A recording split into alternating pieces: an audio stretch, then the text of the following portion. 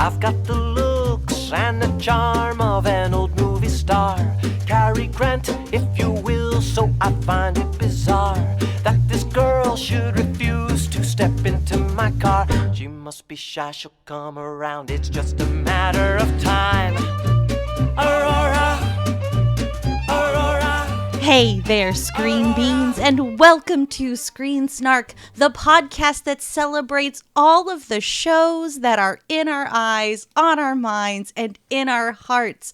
I am Rachel Quirky Shank, Workers of the World Unite. And I am Matty K. Stormageddon. No fun after title. I have no catchphrase. My catchphrase is I have no catchphrase. Yes, we are very excited. By now you've heard a banked episode that has been banked since before the strike started. Yes. And now this is our first new episode since the strike has been over. And we are really excited because we have a guest that we've been raring to go with since the summer and finally got to have on the show. One of my favorite creators, one of the coolest people I know. It's the one and only Lisa Foiles. Oh my gosh, that was so nice. Hi, I'm Lisa. I don't have a cool name. I want a cool name. I'm Lisa, can sneeze with her eyes open, Foiles. There you go. No, Lisa That's an important skill. Takes stairs two at a time, always foil. It doesn't flow like yours, but I tried. Perfect. Perfection. Excellent. I had the pleasure of interviewing Lisa a while back on my interview podcast, and I asked Lisa if she would come back on right before the strike. Incredible timing. And so now we here are on Screen Snark, and we're going to talk about the most recent things we've watched, and we're also going to talk about all of the awesome stuff that Lisa does. Lisa's a writer, an actor, a singer, a podcaster, literally does everything. A Jill of all trades, if you will. But we do have to start by talking about those things we've watched, and I'll go first since we're back in format. You don't want to question me on the fact that I can sneeze without closing my eyes? You're not impressed by that? Yeah, no, you just sailed right past. Matt just sailed right past it, and I was like, "Hello, delicious information here." Important I'm Lisa most lore. proud of. I'm more proud of that than anything I've done. Can you really sneeze with your eyes open? I can, and I look like a freak when I do it because I have to really focus on something and keep my eyes like super wide. And I'm just like, achoo! And it's just, people get really weirded out, but my eyes don't close. Very red. It's incredible. It's incredible. Actually, I'm always afraid to sneeze now, while I driving. have to hold on, Matt. Stop the show. Stop the show. Stop it. Lisa, I have to know, when and how did you realize that you could do this? Well, here's the thing. When you're growing up, people are going to tell you can't do stuff, right? They're going to tell you what you your can eyes are and going to pop out do. of your head. Yeah, and I heard a fact that no human can sneeze without shutting their eyes for like a split second. And I'm like, that I can do all things. I grew up with my mom telling me I can be anything I want and I can do anything I want. So then I just put my mind and energy toward that, which in hindsight, maybe schoolwork would have been a better idea for putting my energy toward. But that's what I chose to do. And but you know what? You're not. No one's gonna sit on a podcast and have you be a guest and go, so how about that schoolwork that you did? Let's talk about that you long dedicated division. yourself to? Let's talk about I want to know about this cool like sideshow talent you taught yourself. Thank you. I'm glad you appreciate me. I feel so welcome already. Thank you guys so much for having me. This is awesome, for real. Oh, our pleasure. We're happy to have you. But yes, so we're back in format. We can talk about TV and movies again. And I'm gonna break the rules though. Of course, you always do. It's fine. What are the rules really? We made them up. Yeah. So that's all rules are, is made up stuff. Rule of cool. Exactly. You know, like what's cooler? Breaking rules is cool. So the most recent thing I've watched actually might be my favorite Marvel thing ever made, which is saying something because there have been some really great ones. But the most recent thing I watched was the completed second season of Loki. I won't get into spoilers because I know not everyone has seen it, and it's real. Appreciate you. It only ended recently, but second season was six episodes, and the way it ended made it my favorite Marvel thing ever. Like, to go back a bit, because I think I've talked about Loki on the show before, Loki is such a good Marvel thing because it's pretty self-contained. Like, there is some things that are pulled from the other... Like, you have to have seen the Avengers, essentially, to know who Loki is, really. But beyond that, they kind of fill in the minor gaps, but... Otherwise, it's like MCU's take on Doctor Who. It's really timey-wimey. It's really interesting. And like, I'm a big Tom Hiddleston fan. And also I've always been an Owen Wilson fan. And so the two of them together have been really great. But this second season really kind of explores Loki as a character. Apparently it also pulls from some popular comics with Loki, which admittedly I haven't read. But like, it was so cool and so in depth, and like there was so much discussion of the self and character and like what do you want to accomplish, what you're living for, what you're like, why do you exist, what are you doing, and just these characters questioning everything they've ever known and being like, well, why did you do that thing? If you're going to keep doing it and it's not for this reason because that reason wasn't true, why are you still doing it? What's your moral obligation? What's your inspiration? And those kinds of themes were really interesting. Rachel, you've seen the first season, right? Yeah, okay. I watched the first season as I was obliged to, for I was on a Marvel podcast. Yes, correct. Where we talked about comic book adaptations every week. Every week. Look, you volunteered for that, so I got nothing. I did, and then Guardians 3 happened, and I went. I'm done. I'm good. This is closure. I think this is all the closure that I am going to get. But I am excited to actually watch Loki season 2 at some point because of its self-contained nature. Yeah. The fact that it's like I don't feel like I have to have done all the necessary like Marvel homework. Yeah. To enjoy it or feel like I have to continue the Marvel homework. Yeah. My favorite more recent Marvel things have been the more self-contained stories. There admittedly are less and less of them, but like I it's one of the reasons I love Shang-Chi. It's why I love the second the both Black Panther movies you can pretty much watch in isolation a little bit. And this is another one of those, like, it does reference Kang, but Kang's in the first season. And so, like, there's no, like, Kang debuted in Loki. So that's not even connected really to the greater stuff in the same way. So, yeah, I'm excited for you to get to watch it because I think it's probably one of the better self-contained stories, and the seasons are really short. Lisa, have you been watching any of the MCU stuff? Yeah, I did watch the first season of Loki. I'm amazed that Marvel was able to take the dorkiest looking character and actually make him cool. Right? I remember early on when I was like starting to get into like Marvel. I was like, this guy, who drew this guy? The giant horns and like the green and the spandex. I'm like, this isn't cool at all. But they found a way to make him so cool. I agree that first season was so good. I was a massive WandaVision fan. I was just absolutely hooked from beginning to end. You know, I grew up watching Nick at Night, like constantly. I was such an old soul, growing up super into old school comedy. So, always watching Bewitched and I Love Lucy and, all those old shows. So like that really, really hooked me. And the fact that they, really getting into like the production nerdery of it, the fact that they were using like old cameras and old equipment to make that show, the fact that they had to paint, Vision blue instead of red to make it read correctly when they turned it monochrome. Like I was so fascinated by that, like the behind the scenes. I enjoyed the behind the scenes of WandaVision probably twice as much as like most Marvel movies. It's amazing. That's not true. I really do like the MCU. I mean, I really do. Like I similar to Star Wars and like Harry Potter, I feel like every couple of years I sink into my pit of that, like I'm like, okay, I'm going to only watch Marvel for the next 2 weeks and I'm just obsessed with it.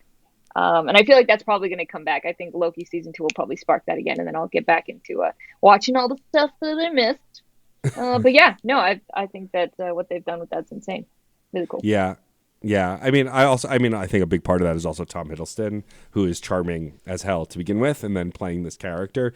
What I love about Loki, I think in season 1 especially also is like, he's still charismatic, even though you like know he's a bad guy. Like in that way that good bad guys like still rope you in. I think you'll both really enjoy the second season. I think it takes everything the first season built and just just makes it better.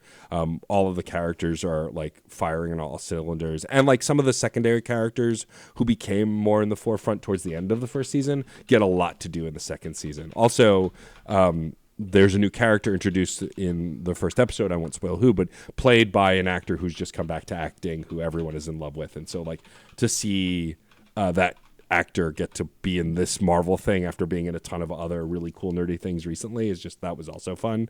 The casting is inspired for the new characters this season. So, Heck yeah. And minimal Jonathan Majors, who turns out to not be a great person. But, hey, it is what it is. Yeah. My spouse and I wondered if there was more, if there was originally supposed to be more for him to do in this season, and then everything that happened. But who knows? But yeah, Loki season 2 really great, and feels definitive. I don't know that we'll get a season 3, but it was excellent. And so I don't believe we are, because I do think that Tom Hiddleston has told, like, he said this is his last ride, yeah. that this is last time as Loki, like, which also putting a button on it. Like, besides Chris Hemsworth, I think one of the last of that original run of Avengers still working, right? Because I think Chris Hemsworth is still doing one more Thor movie, I think. But I think so. But Chris Evans is done. Robert Downey Jr. is done. Now Tom Hiddleston's done. I think Hulk he's still doing. He might do more She-Hulk or something, but like they're winding down the original Avengers, which is really interesting. Also, that these actors who kind of carried this thing for so long are now retiring from this franchise and moving on to other stuff. It's fascinating. Yeah. Well, Loki season 2. Yeah. Well, barring spoilers, yes, and using the words Loki, and I guess season 2. I guess. Well, you might as well give you some limitations here. If you could just select 3 words to describe Loki season 2, what 3 words would you use? I thought I had them, and then now I don't. Don't you love when that happens? Heartfelt perfection personified. Heartfelt's one word, right? That is so. Yeah, that's such a word. hard question to describe something in 3 words. Yeah, and I'm a writer. Yeah, get ready, because you're gonna have to do it when we get to you. Don't do it. No, don't make me do it. Honestly, the best thing to do is don't think about it till you're in the moment and let sort of like the spirit move you. It's the best way to get the result. It's also it doesn't have to be a sentence. I just sometimes go there. Yeah, I know. It never is a sentence because Case puts periods. It's too early to get mad at Case. All right, leave him out of that. You poked at the bear of my emotions, Matthew. Yeah. What do you expect when we're talking about the descriptions and the way they are written? All right. For I am It's so incredibly incensed by this. It's sort of that like writing trigger, because I've been doing, I'm also a screenwriter, and I write a lot of projects, and like I've been working with different production companies and producers on projects, and that almost even before you write the screenplay, you have to come up with the log line, which is like the one sentence to describe. It's like the elevator pitch. Like you need to describe your entire 100-page screenplay in one sentence. And like, it can take hours and days and months to like come up with the most succinct, perfect log line. It's so hard. There's such an art to it. So just like 3 words. I'm like, I need a month. Give me a month. I'll come back. Let me refer to my screenwriting book. I'll get back.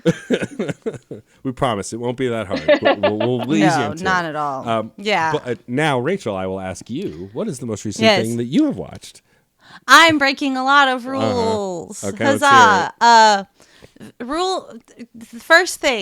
First rule I'm gonna break. I'm gonna talk about 2 things. Okay, great. And I'm going to combine them. Okay. Because I am here to bring forth not a thing I consumed, but an experience I went through as we were navigating, these labor strikes, like my own personal schedule. Like what are we looking at? What is the portrait of a busy person who's like, new stuff? I don't know about all this newfangled stuff they're making. I'm gonna dig back into some oldies but goodies. And the other rule that I am going to break is I'm pretty sure I've talked about both these things before. Oh, that's okay. Yeah, I'm revisiting some stuff. Sure. Because what's great about art is it doesn't change, but you change when you look at it again.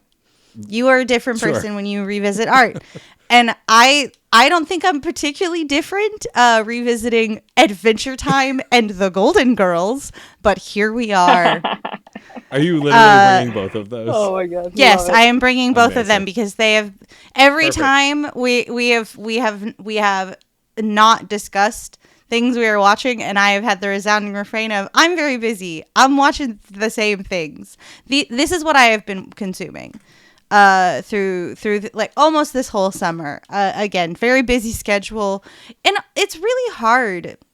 sometimes when you are so overloaded by the rest of what's going on, you know, like I am going to pro wrestling school and I am now doing that 3 nights of my week. And when I am not doing that, I am often watching wrestling as tape study, you know, matches, you know, to get ideas, to be inspired, to sort of see how the body moves in the wrestling ring. I've been watching a lot of wrestling and not enough in a way that I feel like I can critique it as I'm watching it with a different lens. Again, art doesn't change, but you change around it. So like, I don't really watch wrestling so much as someone who's like critiquing the art form. I'm watching it as somebody who's going to participate in the art form. Yeah. So my brain has been very tired. My brain has been thinking a lot of thoughts. So I have dug back into the delicious old wells of comfort and joy and intrigue and delight that are Adventure Time and the Golden Girls. And honestly, in a lot of ways, a similar show. They're very like groundbreaking, pushing the limits of like what stuff can do for an audience. The Golden Girls obviously like dealing with real world topics, you know, coming from the lens of like older women, a very underrepresented demographic on television who live these full, robust lives, including sexuality. Let's give it up for that. And then you have Adventure Time, which I forgot kills the characters like a whole bunch. I'm like, oh, this is for children? This is dark as hell. Hello, lore drops? What are we doing? And I think it really changed sort of the landscape of what animation could be for quote unquote all ages. Sure. You know, these ideas of like you can tackle grief and toxic relationships and codependency and you know, like grieving after worldwide atrocities occur. You know, that entire like Simon Marcy undercurrent of Adventure Time is one of the like most compelling ways a story has ever been told, where it is just this weird guy in Marcy's house acting foolish, and then it just like drops this whole emotional bomb on you that you were not expecting. You're like, what a silly show that made me feel all of my human emotions. How dare we do this, you know? And then the Golden Girls just being a masterwork in comedy chops from some of stage and screen's like greatest performers. That DMX loves the Golden Girls, by the way. I'm sorry, excuse me? I learned that DMX fucking loves the Golden Girls. I was watching a Hot Ones interview, and the person being interviewed was like, yeah, I went into DMX's trailer, and he was like sitting there, and we'd have some Heinekens and watch the Golden Girls, and he would cackle. And I'm like, yes, because sure, why not? It's universal. These things are classic. They're just perfectly classic. Instant classics. So yeah, that is, if I had time to sit upon my couch as a screen bean would sit upon the couch, I was watching either the Golden Girls or Adventure Time. And you've watched both of those shows to completion before, right? Multiple times. Yeah. How many seasons is Golden Girls?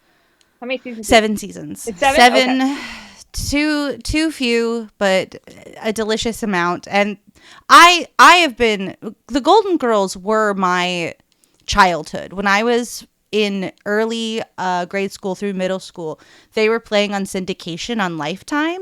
So other kids might have been watching like what was on the WB animation block. I was sitting down watching the back-to-back episodes of Designing Women and the Golden Girls. And the Golden Girls formed me. I was changed indelibly by Sophia, Blanche, Rose, and Dorothy. Like, they are in my soul. And it's been really fun to go back and rewatch and know the jokes. Yeah. Like, I remember the jokes. I remember how scenes resolve. It is burned into me. And I love being able to revisit something that I know so well and still go, yeah, this holds up. This whips. This rules. Hello. Yeah. Genius. They're just those ladies are so funny. It's so funny. I mean, I remember, like, Lisa was talking about Nick at Night before. Like, I watched Nickelodeon, but I also watched Nick at Night. Like, I loved Bewitched. I loved Golden Girls. I loved like all of the Mork and Mindy, like all of those shows. And I don't know that I've ever seen. I must have seen most of Golden Girls. I don't know that I've ever watched it season by season, but like every time I've seen an episode, I remember it. Yeah, it's really not a show that you need to watch in any certain order. I've honestly been bouncing around just going, hey, what's the episode where they sing at the bar? I'm going to go watch that one. What's the one where Stan has a monkey that he's obsessed with? I'll go watch that one. It's really like so deeply ingrained in my brain that I will most likely just go, oh, what's the episode where this happens? I'll find that and I'll watch it. And I'll go, oh, what's the next episode where like that other, again, it's just like, I know this show so well. But Adventure Time is a complete opposite, where like watching it from beginning to end, you're getting peppered with all of this information all the way through. And obviously all of the new stuff coming out, like Fiona and Cake, The Distant Lands. The rewatch of Adventure Time, knowing Distant Lands, Bubblegum and Marcy stuff, like it hits different.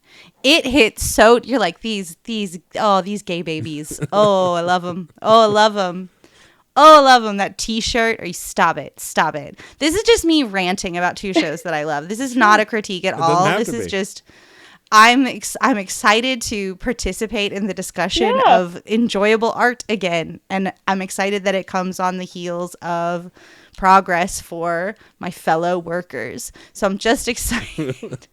It's funny. I've still so much passion, man. I'm overwhelmed by the passion. That's so awesome. It's funny. Adventure Time is still one of those shows that I've never finished. I think I watched the first season and then I fell off. I don't remember why. I think it's because it was recommended to me after watching Steven Universe as like the same thing, and it's not. It's good, but it's different. It's very different from Steven Universe. There's some similar DNA because Rebecca Sugar worked on Adventure Time for a while, but like they're definitely very different. But I do want to go back and watch it because I have heard that these follow-up shows that have come out since are also very good.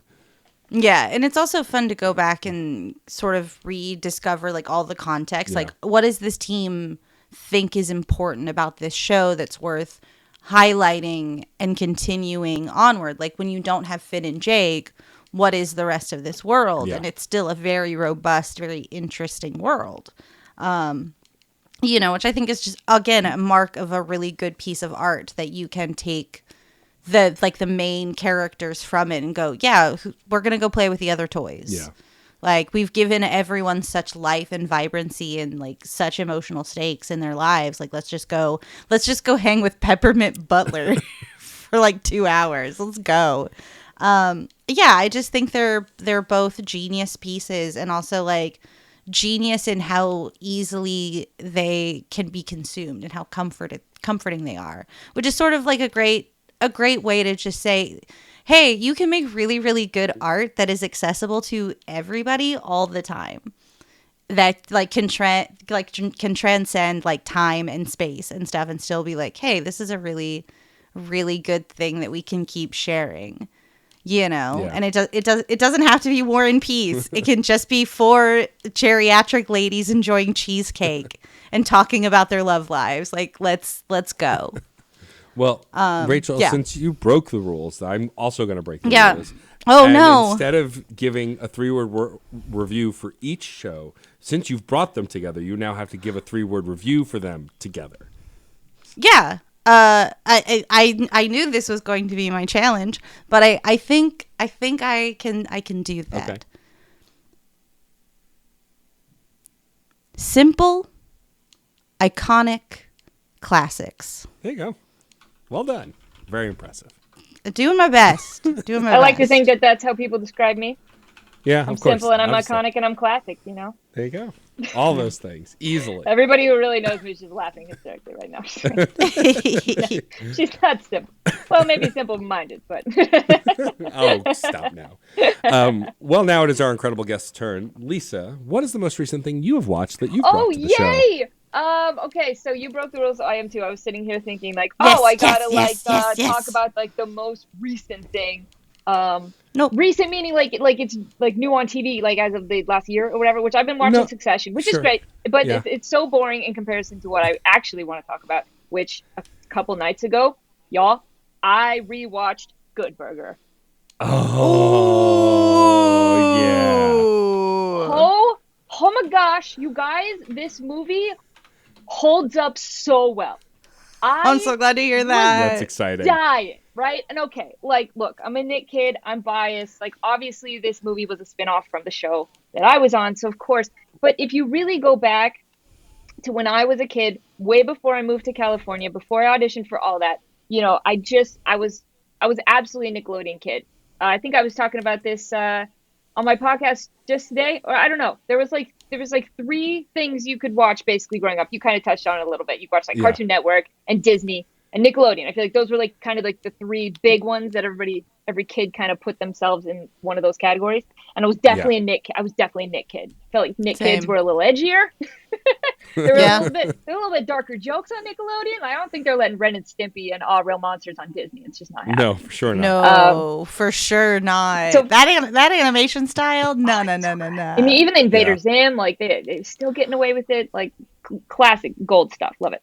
But you know, I remember having, I think it was a bright orange VHS, right? Good Burger was on that bright orange plastic VHS. Man, I'm turning into a millennial meme over here, just being like, yes, it was awesome. I used to watch it over and over when I was a kid, way before I even auditioned for all that. So I remember, you know, moved to California, got on the show, and then we did a version of Good Burger. Like we had our cast member Ryan Coleman like playing Ed in like 1 or 2 of the sketches that like our cast was doing, but then Kel came back, and I got to be in like a legit Good Burger sketch with Kel.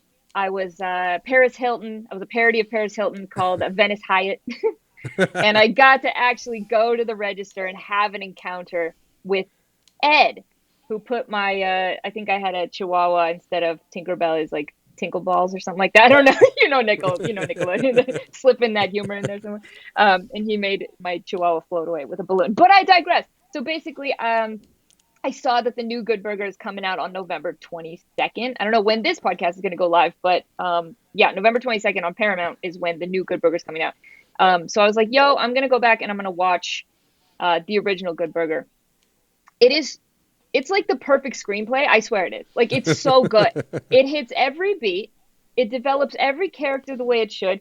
It really is groundbreaking. There was so much in that movie that I'm like, oh, this is kind of SpongeBob, right? Because in SpongeBob, you have the super excited fast food worker, and then the guys who are, you know, like the Keenan character, like a Squidward, who's just super annoyed with them all the time. I'm like, oh, that's kind of like, you know, that's kind of like an early SpongeBob. And then, you know, there's the scene in there where Kel's calling Keenan a chicken, and he's like, "You're a chicken, moo, moo." And I'm like, that's kind of what they did on Arrested Development, right? Like he could, I'm like, they kind of did that there.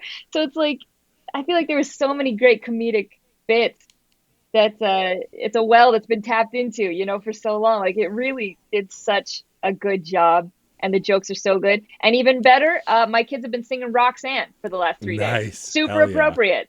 My 4 and 7-year-olds are singing a song about, you know, a prostitute. But it's cool.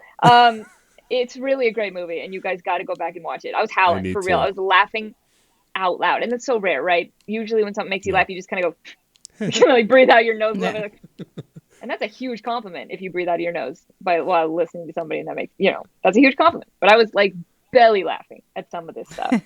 So yeah, go back and watch it. I got my dream. Nostalgic, groundbreaking, zany. Just because I was zany. There you go. I didn't think about it. See, I just blurted it out. But you got it's like you just kind of when it's time, you'll know. You'll know. Mm-hmm. Hey, future guest of Screen Snark, when it's time for your 3 words, you'll know. Yeah. That movie, I mean, I grew up, and I've told you this before, Lisa, like I grew up on all that. I watched you on that. I loved Good Burger. I loved Keenan and Kel, like all of that stuff. And so to hear that, because I saw the trailer for the new film and it looks fun. And so I was like, oh, I should go back and watch it. But I was hesitant because, you know, not everything from our childhood holds up. Of course. Honestly, most things don't. Right, yeah. And so, like, it's a rarity that something does. And so I was worried about that, but it's so refreshing to hear that it does, because I love Ed, and I love, like, I loved orange soda growing up. So, like, Kel's bit about loving orange soda, like, that was, like, I loved that. And so all of those bits were always pretty fun. And Ed was such an interesting character, because in the show he had some heart, but in that movie they really made him like a character with hopes and dreams. And I'm like, telling you, this screenplay is perfect. It really is. Like now that I write screenplays and I know the formula that you have to follow, and I see like what points you have to hit at what points in a movie. Gosh, they did such a good job. And it's not ham-fisted, it's not over the top, but just like that rooftop scene, you know, like Ed is so, you know, he's trying to fix the milkshake machine, so he's in it, you know, and he's like, Kurt's like, you better watch your butt, man, and he's like, okay, and he's like literally spinning around trying to watch his butt. He's this ridiculous character, but then he's up on the rooftop with Dexter, Keenan's character, and Dexter's just kind of having a moment of opening up about how like he just doesn't remember his father, but you know, he has this one memory of like his dad giving him this yo-yo that made this whistling sound and lit up on both sides. And Ed is just like, whoa, that's like super cool. And then one of the best lines in the movie when Dexter's like, man, I don't even remember what my dad looks like. And Ed's like, I don't remember what my dad looks like either, but at least I get to see him every day. So good. But then, you know, he goes back to his old Ed self. And then a couple scenes later, he's like, yo, Dex. And he tosses him the yo-yo, and Dexter's like, "What is this?" And he's like, "It's a yo-yo, you know, just like the one that your dad gave you. I used it with the money you gave me for my sauce. You know, the money that Dexter's been taking most of. Dexter's totally screwing him over, taking most of his money from his special sauce, but yet the small amount of money that Ed has, he used it to buy Dexter that gift. That is deep. That is so good. It's so good. It gives me chills just thinking about it, and it's just, you know." It's supposed to be just like a dumb, fun movie, but man, they really didn't. They didn't have to make it that deep, and they did. Good for them. Yeah. No, I love that film. I'm excited to go back to it. So it's cool to hear that. Well, now we can dive into Lisa, the person. So there's a bunch of stuff I want to talk about, but since we last spoke on my other podcast, you have launched a podcast of your very own called Temperamental, which I like to call the Lisa story, but chaotic. It's like, so chaotic. That's the vibe. As someone who's been making podcasts for a long time, your first episode is one of my favorite podcasts ever, just because it is so clear. Because first episodes for any podcast are rough, right? Like you don't know what you're doing, you're figuring it out, but like you are such an open book, going like, I don't know what this is, but we're gonna do this together, and it's so honest, and I love it. But talk about where Temperamental came from, because you started it last year, this year. It's recent, right? I just recorded episode 24 today. Oh wow, yeah, okay. And I've been recent. Mostly weekly. You know, every once in a while I got to take a week off or so. But yes, the whole thing going into it is I wanted it to be Wayne's World. I wanted to be just chaos, just no format, no like segments. I'm just gonna start the camera and I'm just gonna go and I'm gonna try not to cut. Okay, because I tend to struggle with perfectionism. And I think that actually comes from my Nickelodeon days. I really do. Not in a bad way. When I was on Nickelodeon, we weren't really, I don't like saying we weren't allowed because it seems harsher than it is, but we weren't really encouraged to ad lib, right? Like we had writers and we were kids, and it's a kid show. You really got to stick to the script. So there was times when like I would say a paragraph and change up some of the words and they would say, cut, like do it again the way it's written. I really think maybe it was a legal thing. Like when you have kids, like they need to say what's written on the page. So I just spent like, you know, obviously those 4 years on Nickelodeon, just being perfect, saying my lines perfectly, you know, working on camera, on shows, but like, you gotta be perfect all the time. You got to do it in one take, you know, this whole thing. And then even when I started doing YouTube videos, just fun little 5-minute YouTube videos through the years, you know, I did a lot of cuts. I did a lot of editing. If I didn't like the way I said something, I would stop and I would do it again. And I just kind of realized, like, first of all, making me and myself do so much work, right? That's a lot of work. Yeah. So for a 5-minute video, so much editing, you know, all the graphics and stuff like that. And second, it's not me, right? It's a version of me, but it's not authentic. It's not this, like, why should I care about like mispronouncing a word or saying something dumb and then, you know, correcting myself? Like, who cares? I think that we live in a world where people are yearning for more authenticity in this world where everything's fake and you can never trust anything. And, you know, you see all these TikTok videos, you're like, you have no idea if that's real, if it's a real prank, if it's a fake prank, whatever. I think the world is really looking, you know, even deep fakes and like AI and stuff, like you just never know.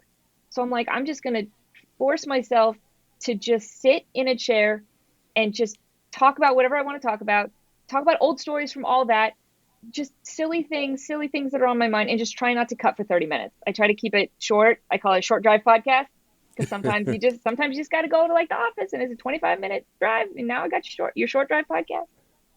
So yeah, it's really an exercise in just can I do this for 30 minutes and not worry about cutting, and just being my genuine self and telling all of these stories that people don't know about from my All That days. You know, I have like some of the best stories I've never told anybody, and so I can go back through photo albums and props that I have from the set, and they just like spark these memories. And I like to dive into that. So it's been therapeutic. It's been fun. It's just been a blast. And obviously, you know that Kevin is often on my show. I have 2 cats named Kevin, girl Kevin and boy Kevin. They are brother and sister. And they're basically my co-hosts. They show up on my set whenever they hear me fiddle with the cameras. They just run downstairs. Boom! I hear them because they're upstairs, right? And they're in a cat tree. They hear the cameras, boom! I can hear them jumping down onto the ground, running down the stairs, and they get up on my set. And they're there. They're usually causing chaos on my set as my podcast is going on. But no, thank you so much for the sweet words. That's awesome to hear that you enjoy it. I mean, I've been a fan of your work for a while, and what's fun is like there's consistencies. Like both Kevins have been causing problems for you since you've been on, like since the YouTube days to now.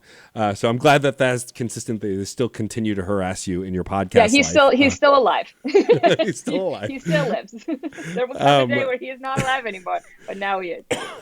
But also, like, as someone like who again is familiar with your work, I think it's rewarding for your fans to hear a podcast like that, because I mean, from all your work, you've always seemed pretty sincere, but you played characters in the past and you've done things that's more, you know, character driven versus your personality driven stuff. You know, a lot of your video game related stuff was personality driven, was mostly just you.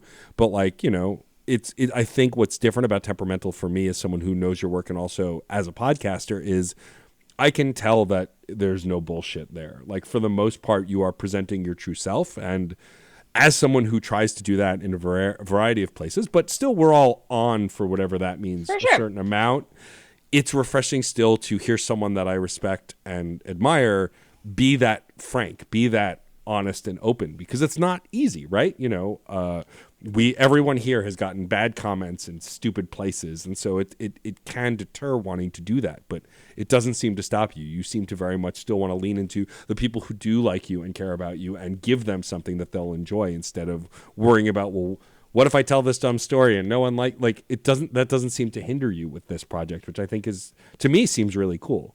That is so sweet of you. Thank you. Yeah, you know, you're right. I've always tried to be my genuine self, but yeah, there is a slight difference between host Lisa, actor Lisa, and just Lisa.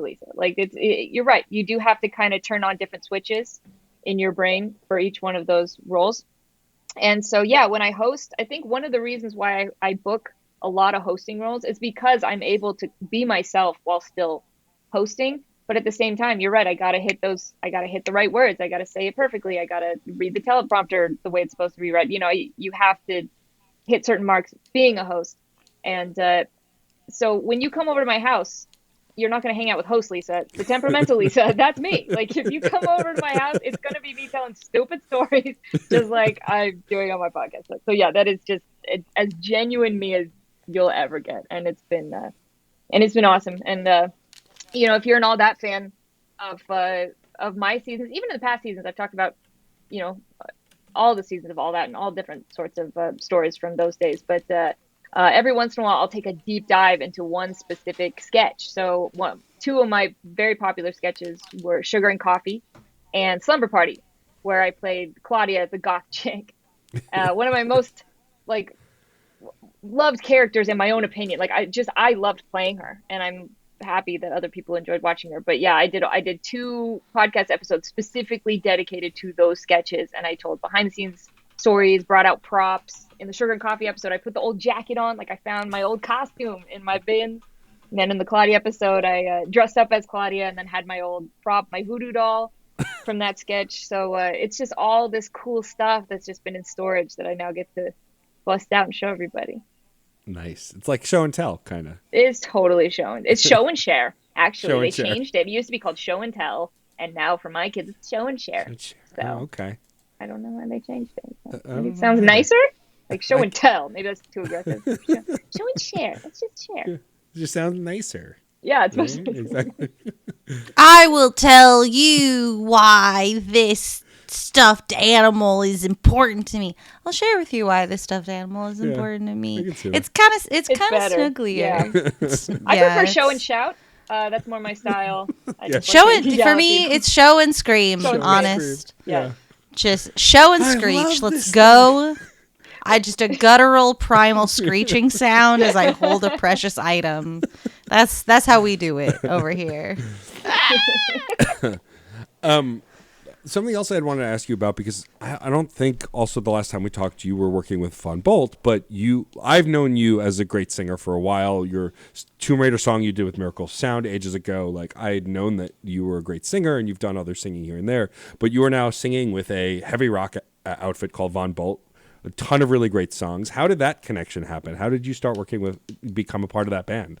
Yeah, first of all, thank you so much for your kind words on my singing stuff. Yeah, I was actually a trained opera singer growing up and just have loved singing, but my career has kind of taken me more in the acting, hosting route. So, through the years, like with Miracle Sound, I've always looked for those opportunities to get to sing, just 'cause I love it so much. It's a huge passion of mine. And tap dancing. I'm actually a dancer. I'm a national champion tap dancer, but I just never really get to do that. Amazing. The opportunities to tap dance just don't really come my way very often. So, there was a friend of mine here in town. His name is James Von Bolt, and he was working on an album called The Night Stalker, which was about half of the songs on our current album, and it was just him. And he's this amazing audio engineer and amazing singer, incredible guitar player. Like, the dude makes me mad with how talented he is. Just really upsets me on a daily basis. And I tell him every day how much I hate him. The good relationship we have, very healthy. Oh yeah. Super. Yeah. So he was basically doing all the parts himself for this Night Stalker album. He was doing the drums, the guitar, the singing, I mean, like everything.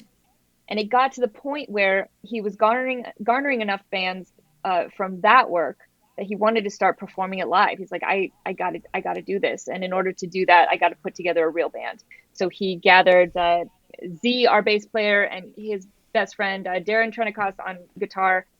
We have Carlos and also Cristobal on drums. They go back and forth. But he had his band, and then I think it was a week before their first performance, James calls me up and he's like, yo, you want to sing backup vocals on stage with us? And I'm like, yes, of course. So I had like 5 days to learn all the songs and go to a couple rehearsals. And, I never saw myself taking a metal turn in my career, but, I always have leaned dark. I really have. Like, I've always written very dark poetry and stories, and I have a dark sense of humor, and I used to love dressing up goth, and I really do love that kind of stuff. So I would like the listeners to know that Lisa is currently wearing a sweater covered in spider web. That's true. So it's accurate. A spider web sweat, a little pullover covered in spider web. So can verify. Yes. Kind of spooky. And it's over there. Because we have a song called The Spider Queen. So basically, hell yeah. I jumped on stage with these guys. I wanted to do Viking makeup, so I had black makeup smeared across my eyes, kind of like a raccoon. I put Viking braids in my hair, fluffed out my ponytail, just like ratted it up, and just headbanged as hard as I could headbang during that first show. Had an absolute blast. The loudest thing on planet Earth is being on stage with a metal band trying to sing harmonies. It's so loud. It's so awesome. It's the most thrilling experience. And then after that one show, James was like, you're in the band. Like, you're in. And I'm like, I better, because that was the most fun I've ever had. So, what started as me kind of being timid, I mean, still headbanging, but still like being in the back of the stage with a mic stand, kind of not really knowing my place, has turned into me running around the stage like Guns N' Roses, bouncing on amplifiers, like dancing with the guitar player. Like, I go psycho on stage now. I have so much fun. We put on this spectacle of a show. But yeah, look, we have a Misfits kind of sound and mentality, and our songs kind of are like a cross between like Misfits and Ghost, but yet we as a band have the personalities and humor of the Beatles. We're so much fun. We play a lot of shows with other, pretty heavy metal bands, and they're all great, but they're all like pretty serious, and good for them. That's their art. They crush it. But we get up there and we're basically like doing stand-up comedy. Like James is roasting people in the crowd. We're cracking jokes. Things go wrong. We're laughing. We're going with it. So I really encourage anybody who can get out to see us to come see us live, because we really do put on a show. And damn, do I have a blast. It's so awesome. I love that. Do you guys have any plans to like do any kind of touring, or like, because I know you mostly play in your area, right? You don't really tour currently. Yes. So right now we play in the Las Vegas area, just all over Las Vegas. We did one show in Sacramento, and that had a great response. So we're going to try to do more shows there. We played the Whiskey A Go-Go in Los Angeles, so we're going to start playing in LA more, and hopefully out in Phoenix. Kind of we're widening the circle a little bit outside of Vegas, places we can still drive to right now. Because our album just came out in October, and our Spotify listeners are just shooting through the roof. It's so awesome to see That's them amazing. climb every single day. I really encourage you guys to go listen to the album. It's called Hallowed Be My Name. There's spooky, fun, crazy stuff on there, but also like if you're a nerd, you're going to appreciate it more than anybody, because we have a lot of very nerd inspired songs. And by that, I mean so we have a song called Ghosts of Greymore Castle. And the inspiration from that is from old Captain America comic book. Nice. And then The Night is Dark and Full of Terrors was inspired by Game of Thrones. We have The Spider Queen, which was inspired by Magic the Gathering. James is a fellow nerd. And so he has all these like little Easter eggs in all of these songs. And not only do we have, I like to say that like half the album is like these spooky, fun Halloween type songs. And the other half are just like beautiful, like inspiration. Well, we have like 2 songs that are really going to surprise you. They're like beautiful and slow, and like, I can't describe it. You just got to go listen. But we also have really inspirational songs. Like we have a song called Commit Murder, which sounds very controversial. But if you listen, I was going to ask you because I looked up Von Bolt over on Spotify. So quick to do. Listeners, do it right now. Do it right now. Yes, do it right now. Do it now. Do it now. Go follow them. I followed, and I was like, oh, there's one called Commit Murder, and you're talking about inspirational songs. Like, please be inspirational. It is very inspirational. Please. So I'm so excited. So you know how we say to each other, yo, you killed it. You crushed it. You murdered it. This is just the next iteration of that. This is go commit murder. Like, go do it. You have a dream. You have a goal. Stop thinking around. Go do it. Go commit murder. Like, that's really the whole point of the song. And, Hell yeah. We have 3 songs like that. We have Shame, we have Commit Murder, and we have Whoa. And if you listen to the lyrics, they really are about like, get up off the couch and go fulfill your destiny. Like, this is why you were put on earth. Like, your ancestors died for you to be here. Go commit murder. Like, be the best you that you can be, which is awesome. So. Love that. That's awesome. Hell yeah. So cool. It's a great record. Definitely go check it out. I am a fan, as I have already expressed. I'm curious, Lisa, like over the years, you very publicly talk about the things you love, the media you consume, the stuff you enjoy. You're an avid gamer as well. Do you have time to consume as much of that stuff as you used to? Or imagine now. Certainly not. No, I was going to say. Oh, the video games I wish I was playing right now. No, when I was working in the video game industry, that was my whole life. Every single day I was playing a new game. I was playing, as many demos of games as I could. Obviously I was hosting a top 5 show, and when you host a top 5 show, you just have to have a very wide knowledge of different types of games in all genres, so that when you create a top 5 list about like, whatever character, like you can't even think of one, like, craziest 4-eyed monsters in video games. I used to do really specific stuff like that on my top 5 show, like coolest pair of shoes in video games, like just dumb stuff like that. But you have to know a lot of video games in order to compile that top 5 list, and people are still going to get mad anyway. But that's the joy of a top 5 list, right? But yeah, that was my whole life, was just nerd shit, nerd culture. Yeah, it's mostly video games, and but now I just don't have time to do that as much. I'm doing a lot more writing. The metal band is a huge passion of mine. And then obviously the podcast and my family fits in there somehow. Somewhere. So, yeah, I mean, I'm able to like grab Animal Crossing every once in a while. And like, we have a Switch with all the old games on it, right? Like all like Street Fighter and Kirby and like all the old Marios and stuff. So like I love sitting down and like playing some Castlevania and stuff like that. But no, I do not have the time to go through the 20-hour campaigns that I used to. Yeah, I can't imagine, especially with the way you work and how much the diverse amount of work you do, that taking on other things outside of that must be not as easy as it used to be. Yeah, it's very hard. But, I'm also very proud of the things that I've been accomplishing, it's sad that my time has to be used in a different way other than like my passions like video games and stuff like that. But I am proud of what I've done with that time. I published a book. It's called Ash Ridley and the Phoenix, the middle grade novel, very in the same vein as the first Harry Potter book, kind of for that age range. That was always a life goal. I always said that those fantasy novels, middle grade, stories about unicorns and dragons and princesses and fighting and crazy stuff like that. That's what turned me into an actor and a nerd. I think those are the books that really opened up my imagination. And I always wanted to pay that forward. I always wanted to write my own story in a similar vein that I could publish and inspire, little kids like me, like how I was inspired. So I'm so proud of myself. I was able to accomplish that. And then, like I said, I've been writing scripts and movies that have been in some pretty exciting hands recently. I've had some great meetings, and just, that's a tough game.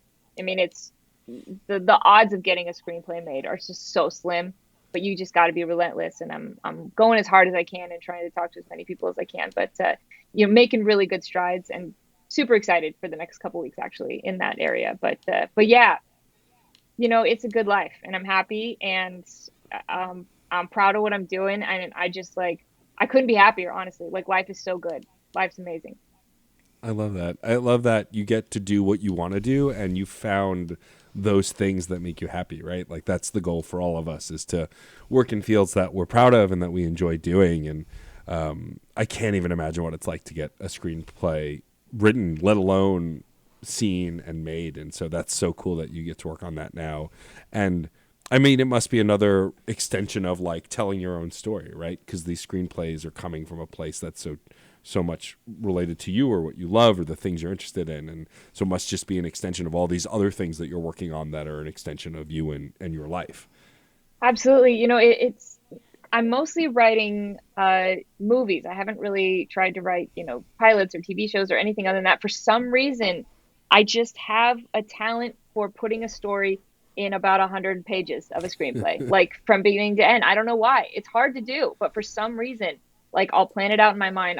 I'll start writing it, and by page 100, I'm like, oh, that's like that. I did it. Like, I don't have 20 more pages I need to cram in, because screenplays are typically between 100 and 120 pages. Anything longer than that is a Marvel movie. Don't write a screenplay longer than that. Like, just don't do it. Nobody will read it. Keep it around 100 pages. So it's hard to, have an entire story in your mind, but not know exactly how many pages that's going to fall to. Do I have to take out 5 scenes? Do I have to add 5 scenes? But for some reason, just the way my brain works, almost every time I've sat down to write a movie, my final scene ends on page 100, and I'm page 100, and it's been great. I'm just like, okay, I got to keep this talent rolling. I don't know what kind of magic I got in me, but that's maybe what I was born to do. So I'm going to keep doing that. But yeah, and it's a blast. It's like, happiness, especially more and more, I'm just finding, and maybe it's just getting older and having a family and having kids, but more and more I'm just finding that happiness is about these like simple pleasures, and really focusing on the little things that bring you so much joy. Like, yeah, I'd love to have $1 million to go hang out in Monaco for a weekend and go be on a yacht and go live like the kids on Succession and blah, blah, blah, eat caviar. But I don't even like caviar, but you know what I'm saying? I'd love to like go have these grand adventures, but at the same time, like, the joy that I get by typing the end on a screenplay, by like finishing that huge relief of like, I just put a story on paper. It just went from my brain onto this paper. I did it. I have a physical story. Like, the joy that brings me, like, that's like all I need. You know what I mean? Simple stuff, It's just that easy. Anyone can do it. It's just that easy. Anyone can do it. Anyone can do it. True. Anyone can do it. Look, I love to say that if this idiot can do it, literally anybody can do it. This idiot, anyone can do it. Lisa, this has been delightful. Thank you. Yeah, thank you so much Lisa. for coming on the show. Thank you for being patient as we let the workers strike for better wages and better everything, and coming back on when we can talk about the things that we want to talk about. But it's been so great having you. Before we wrap up the show, I would love for you to tell folks where they can find you online, where they can check out your podcast, the best place to check out all the things you're working on, and check out all that cool stuff. Absolutely. I'm at Lisa Foiles pretty much everywhere. Instagram's my big one. I'm usually on Instagram. If you leave me a comment on Instagram, I will find it. I pretty much I pretty much reply to like every comment on Instagram, or at least I try to, and interact with people on there. But my podcast is on Spotify and YouTube, and the video is on Spotify and YouTube if you care about the video portion of my podcast. But the audio is pretty much everywhere. It's on every podcast app. And our album as well is pretty much everywhere. But, Spotify, I know there's a lot of people like against Spotify, but it's so important for musicians, man. Like, Spotify is where it's at. If you're a musician, like, you got to get those Spotify numbers up. That's what record labels care about.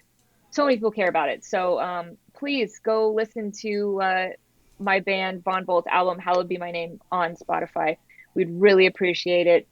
Share it with your friends. We're in a weird time where like everybody wants music, but nobody wants to pay for it. And when you're a struggling artist in a band like us, we're thriving, but we're still small. You know what I mean? We're still trying to grow. So we're all about word of mouth, man. So like anybody you can share it with, send it to 5 friends. If there's a song that makes you think of somebody, just send them that song. It helps us so much. You wouldn't even believe it. So thank you guys so much for having me. I've had such a good time. You guys are the best. This has been a blast. Awesome. Yeah. And very easily followed your band, and your new podcast over on Instagram. You can do it too, listeners. Yeah, it's not hard. It's just that simple. If Rachel can do it, anybody can do it. Anybody can do it. Done and done. Easy as breathing. Easy as breathing. Oh, easy as breathing. You guys are the best. I don't even want to talk about how hard breathing is sometimes. Don't even get me started, Matt. Go on all day. Lisa, hang tight. We're going to ask you our final question in just a minute. But before we get to that, Rachel, we should thank some folks.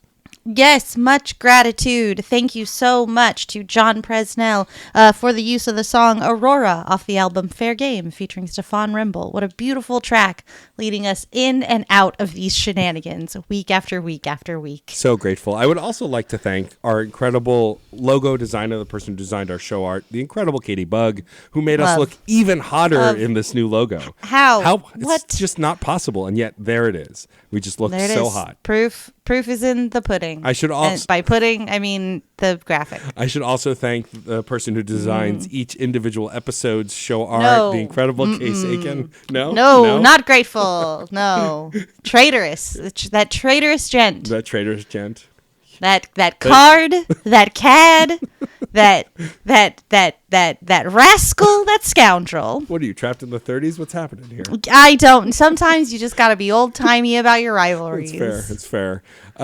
Rachel, why don't you thank our podcast network? I would love to thank our podcast network for continuing to allow us to be a part of the big podcast family. That podcast family being the Certain Point of View Podcast Network.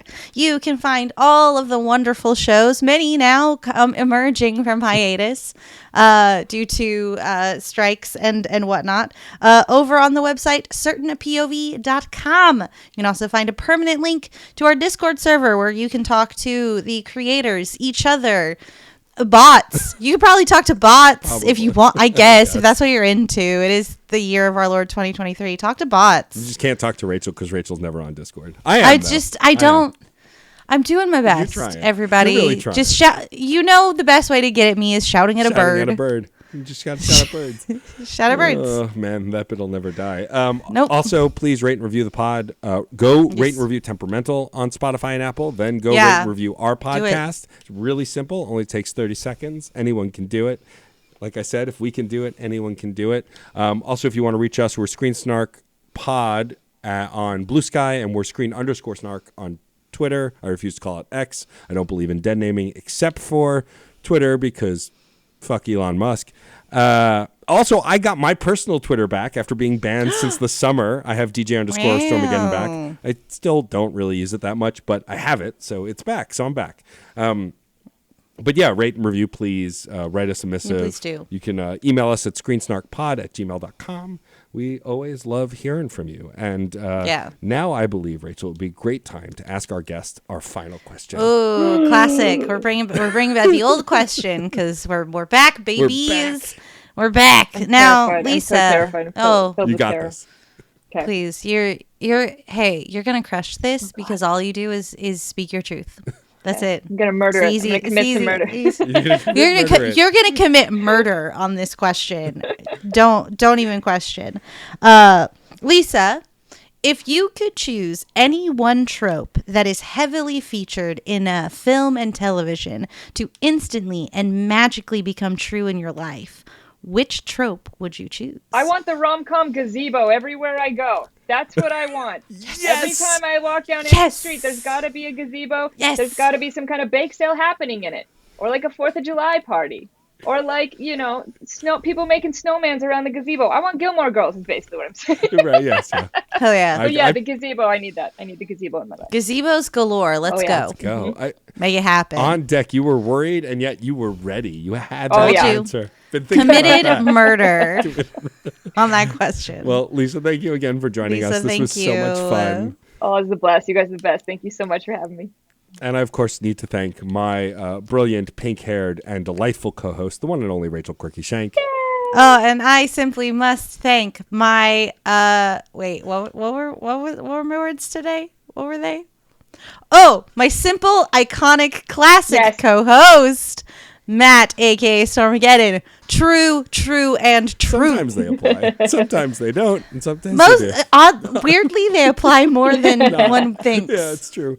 That's what's wild about this show. And of course, I need to thank our incredible listeners. Thank you for You being here and being a part of the babies. show. We will see you at the movies or on a couch somewhere.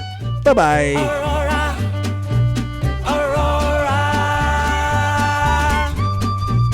Aurora, Aurora, Aurora, metal to magnet, she will be mine. Aurora. So, I have a question. Have you ever wanted to get into comics but you just didn't know where to start? Well, welcome to Comics Quest. I'm JD Martin, and every week I sit down with a guest to talk a comic that I think anybody can pick up and start their comics reading journey. We take a look at psychedelic sci-fi, fantastical action, heart-wrenching love stories, and of course, superheroes. So check us out at certainpov.com or wherever you listen to your podcasts. CPOV. CertainPOV.com.